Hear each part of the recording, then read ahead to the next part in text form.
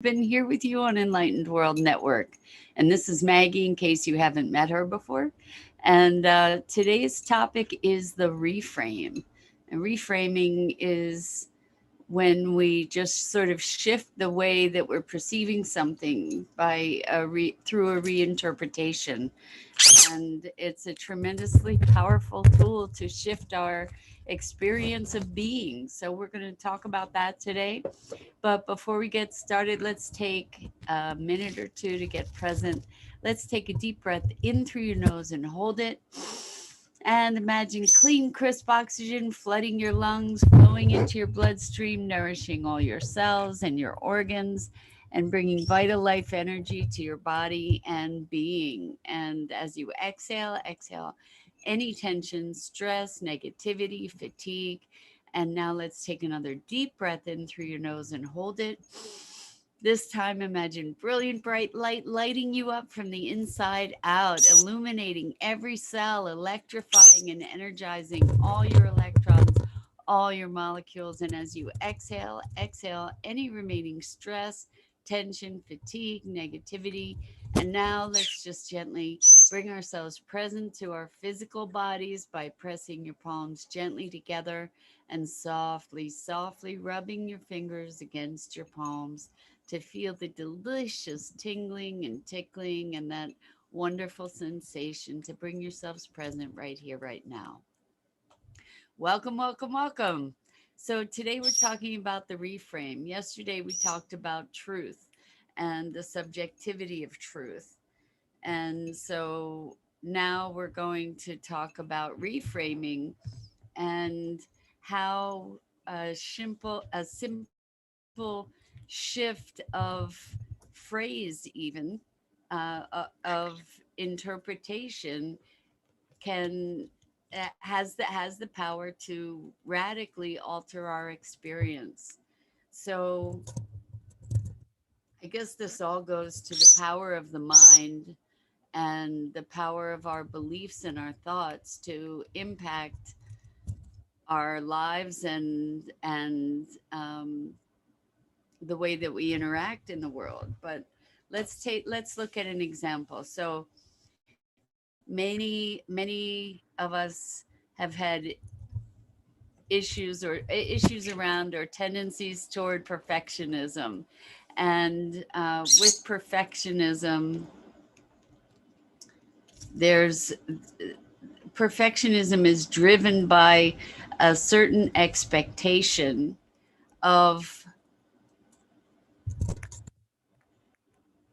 things working out the way that we imagine that they should. There's all these um, projections of the way that things should be, right? And really, the baseline is that it's living in a world of expectation.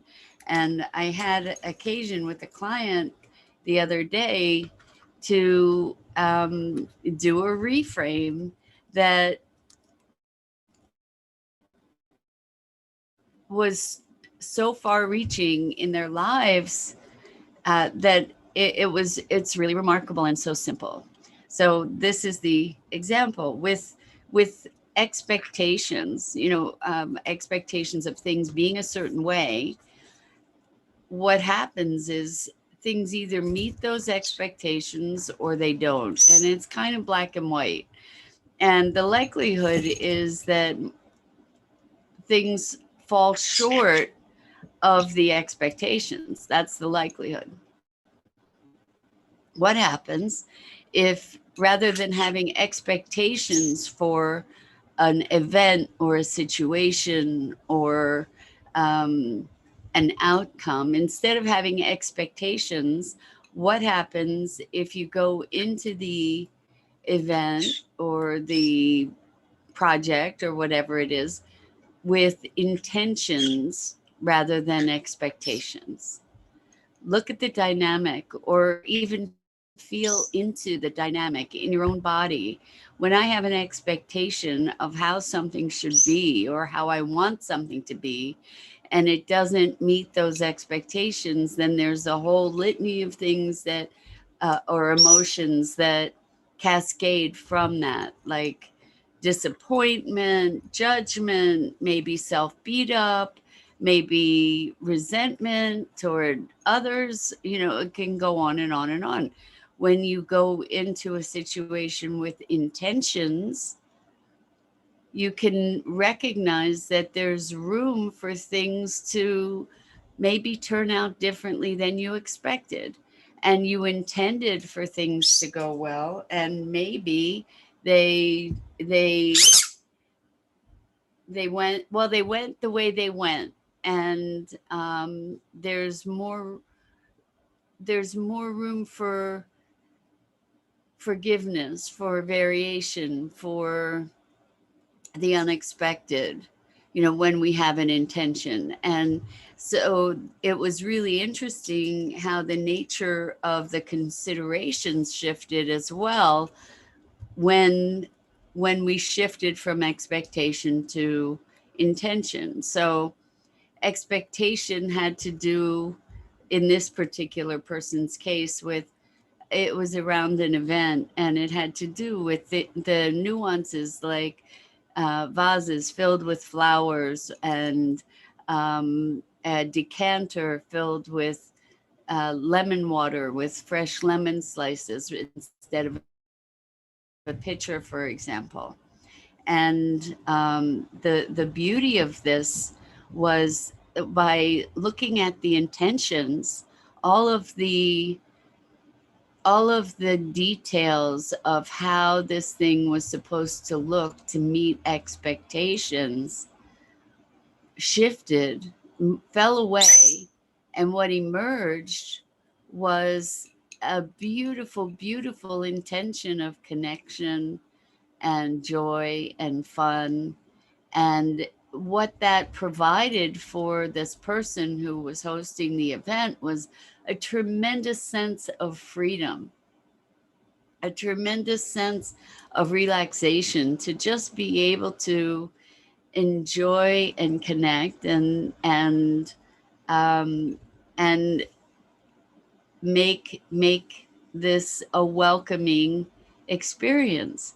So it's radical.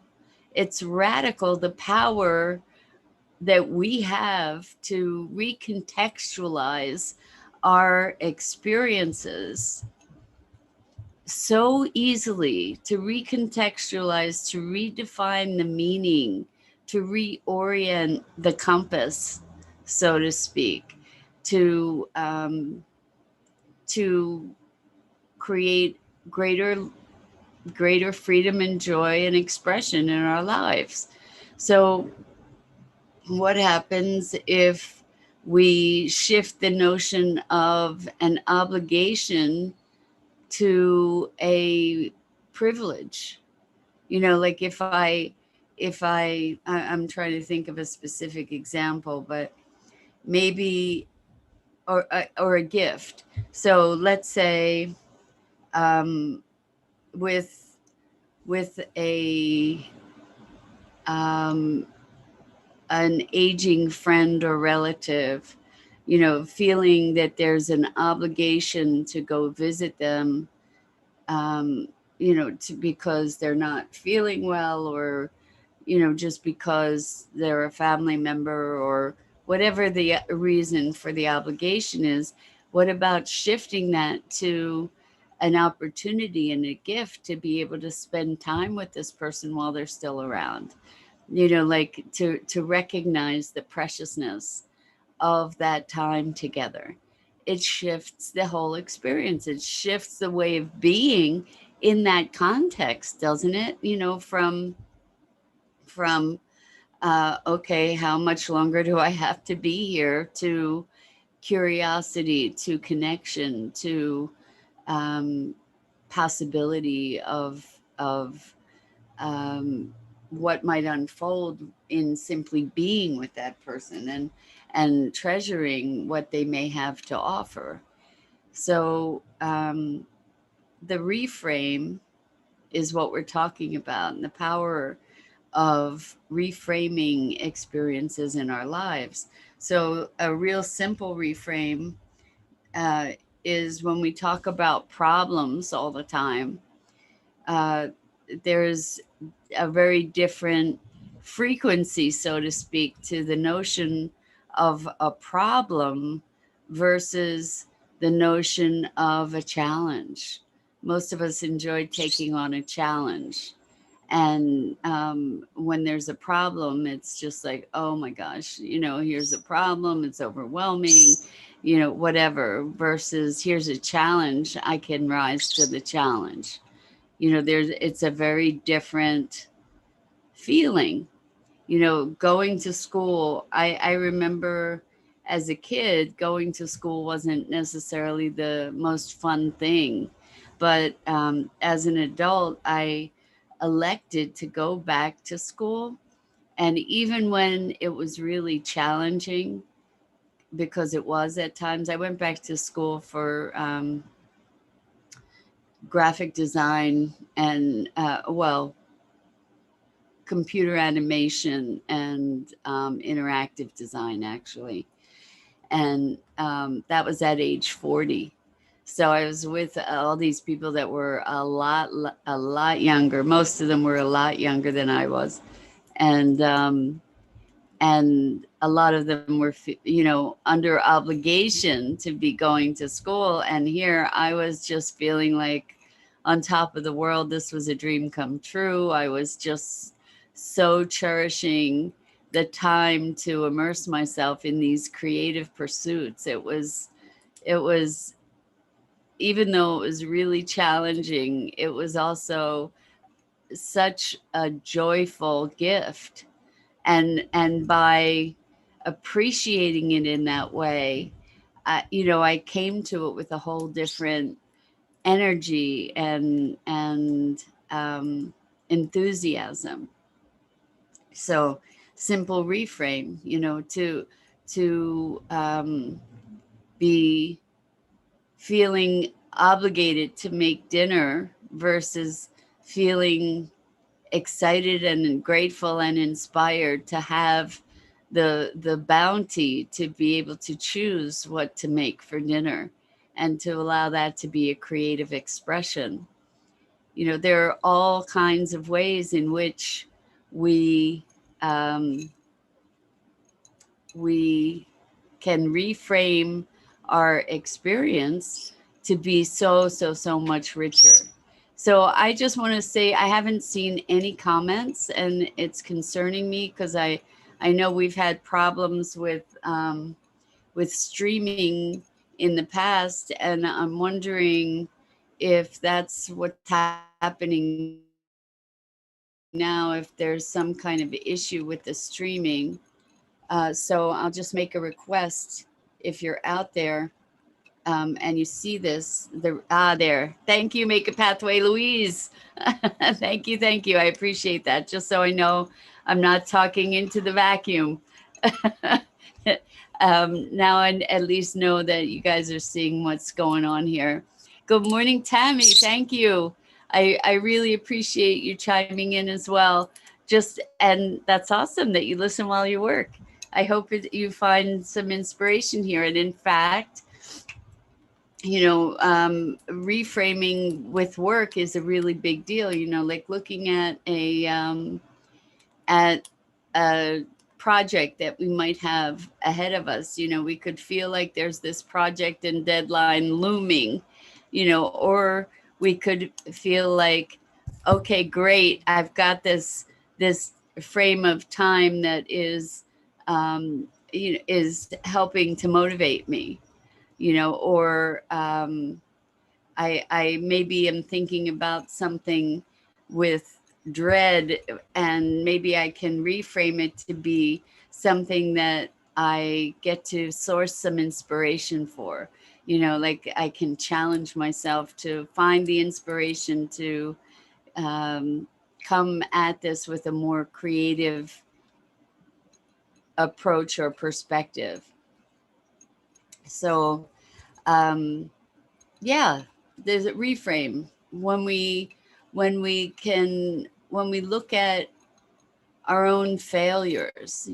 Just the word failure in itself is an interpretation, and we can reframe that to I'm learning, or I can see that this was a reminder that I need to take more time to pay more attention, or I'm failing forward, so or this is feedback. What we consider a failure is, again, against what expectations. We get to look at the expectations that we have for something that is is the source of our judgment about it, and the source of our interpretation. So it's helpful to look, especially when we're having a challenging time, a difficult time. It's helpful to look at what are we thinking about this situation that might be helping it to be really difficult. So when we're throughout the course of the day, if we're not feeling as energetic as we normally do, we might keep telling ourselves, I'm so tired, I am so tired, I'm so tired. Well, by telling ourselves that we're so tired, we're kind of hypnotizing ourselves into being that much more tired, when we could be reframing that somehow to allowing ourselves to move a little bit more slowly today, for instance. Or, as I'm moving a little bit more slowly, I'm going to pay more attention. I'm going to use this as an opportunity to be more mindful, perhaps. Um, so this is reframing is a creative act of creating our experience. It's a creative act in and of itself, because we get to reframe how. So another example. It's easiest by example, I think. Um, let's say we look at our lives, and maybe we've come through a tremendous amount of trauma and have really spent a lot of time and energy healing ourselves. Well, we could look at, I should be at a different place in my life. And maybe this doesn't even have to have anything to do with trauma, but we could say, I should be, I don't know, I should be making more money, I should be having a bigger house, I should be all these different things.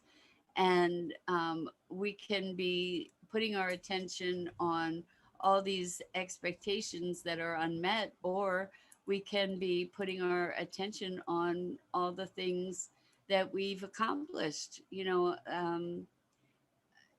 Maybe maybe we have become really expert at healing and at developing resiliency, and maybe that opens up the pathway for a richer possibility of career or accomplishment. That had we not been able to be, like we might say, I'm broken. That's a perspective that we can reframe to, I'm healing. I'm becoming more and more whole with every day. Um, the idea is to get out of the boxes that we tend to put ourselves in, not just ourselves, but our experience as well as the world.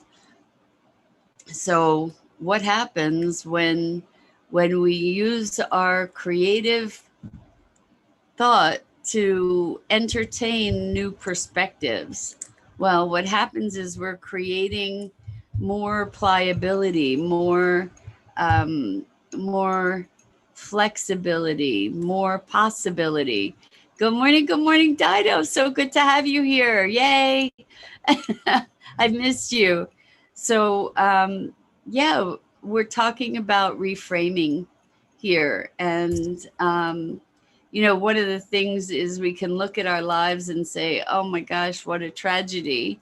Or we can look at our lives and say, oh my gosh, what incredible richness and emotional intelligence I've developed, having had all these experiences and having faced all these challenges. So we get, maybe we say, I don't have a college education. Well, we could also say I have a PhD in emotional intelligence, or in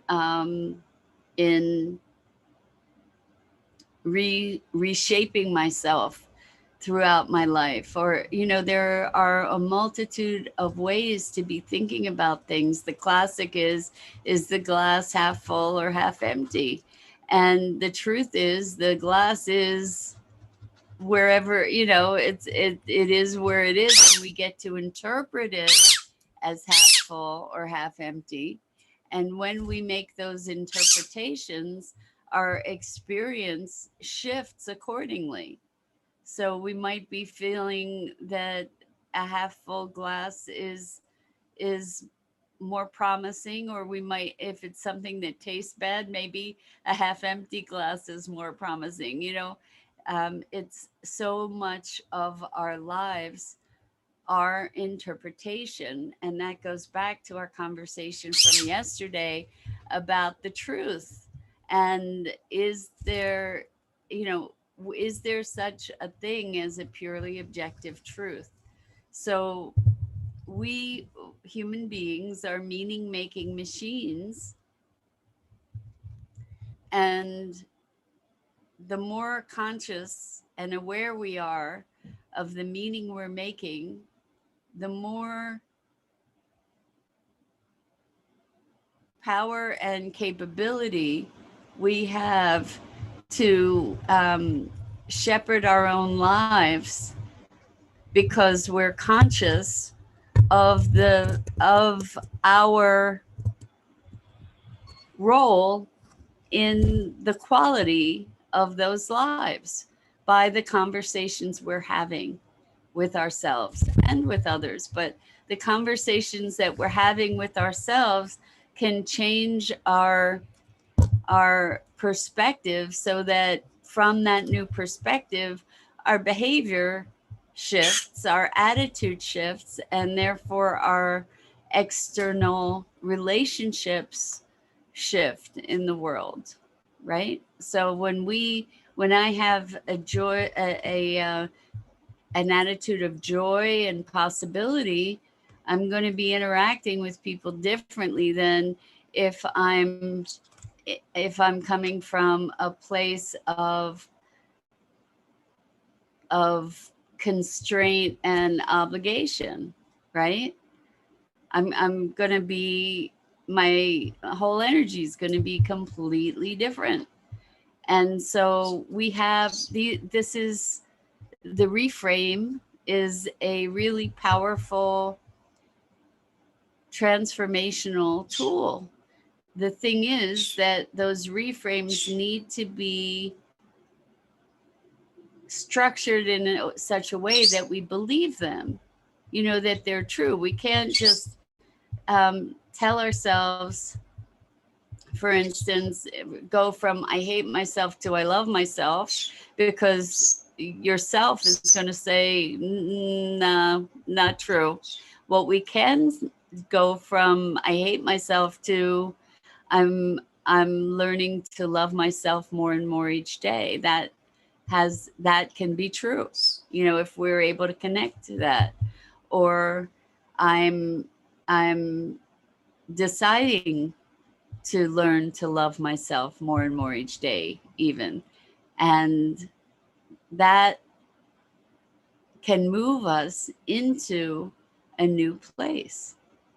And when we have, for instance, when we have intentions rather than expectations, when we don't fulfill the intentions 100%, we know that it was an intention. We're moving in that direction. It gives us an opportunity to course correct.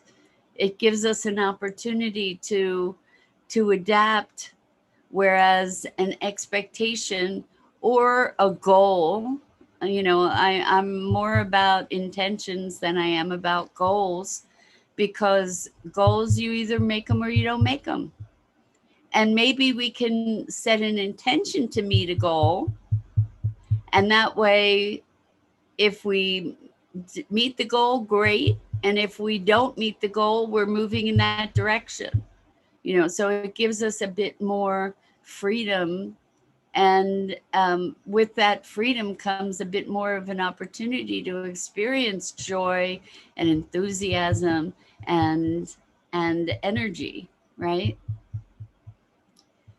Um, I think that it's really important to be able to course correct, to be able to adapt. And I'm all about moving from inspiration and intention, rather than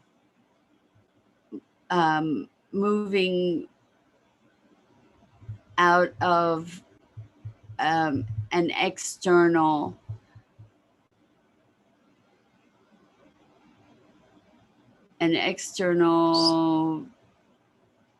measure. So that's not to say that we can't create milestones for ourselves, and it's not to say we can't create goals for ourselves. And I just believe that we want to approach those goals with intention, not like this is the goal, this is the objective, this external thing is my objective, and I am going to move hell and high water to get there, no matter what the cost to me or anybody around me. I think that that's a paradigm that's gotten us to the place that we are in the world right now. And I think that we're in an evolutionary stage where we get to be creating a new world that is more connected to our own humanity and to nature. And there are times for pushing through. Let that pushing through come from inspiration. There are times for throwing in the towel. There are times for throwing in the towel. And we can do that without an overarching sense of failure or being a failure. It's the expectations that drive this notion of failure, unless we reframe failure as feedback. Because truly, if it's a yes and no, up or down, black and white situation, succeed or fail, then we get feedback. Did this succeed? Did it give us the result that we were looking for? No. Okay. So if it didn't, we can use that quote unquote failure as feedback so that we can modify our approach to be more effective going forward, right? And that's where intentionality has a greater staying power, in my experience, than a goal, for instance. Good morning, Lisa Phillips. Welcome. Good to have you here. We've been talking about reframing today and the power that we have by creatively recreating the context for the way we perceive something. So it works really powerfully in relationship. It works really powerfully in the relationship of ourselves to ourselves. It works really powerfully in gaining understanding, in motivating, in thank you, Lisa. Lisa says perception is everything. Yes. and our thinking and the contexts that we create has the power to alter our perception. And so when we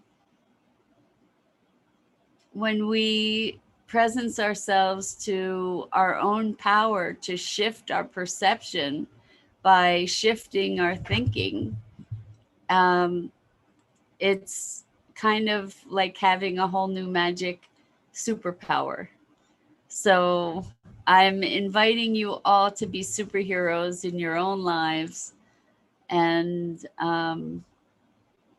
yeah, we get to do that for ourselves and for each other by using the power of our minds and to elevate our thinking and thereby elevate our perception and our experience. So that's it for today. I'm Mira Rubin. This is the Core Connection.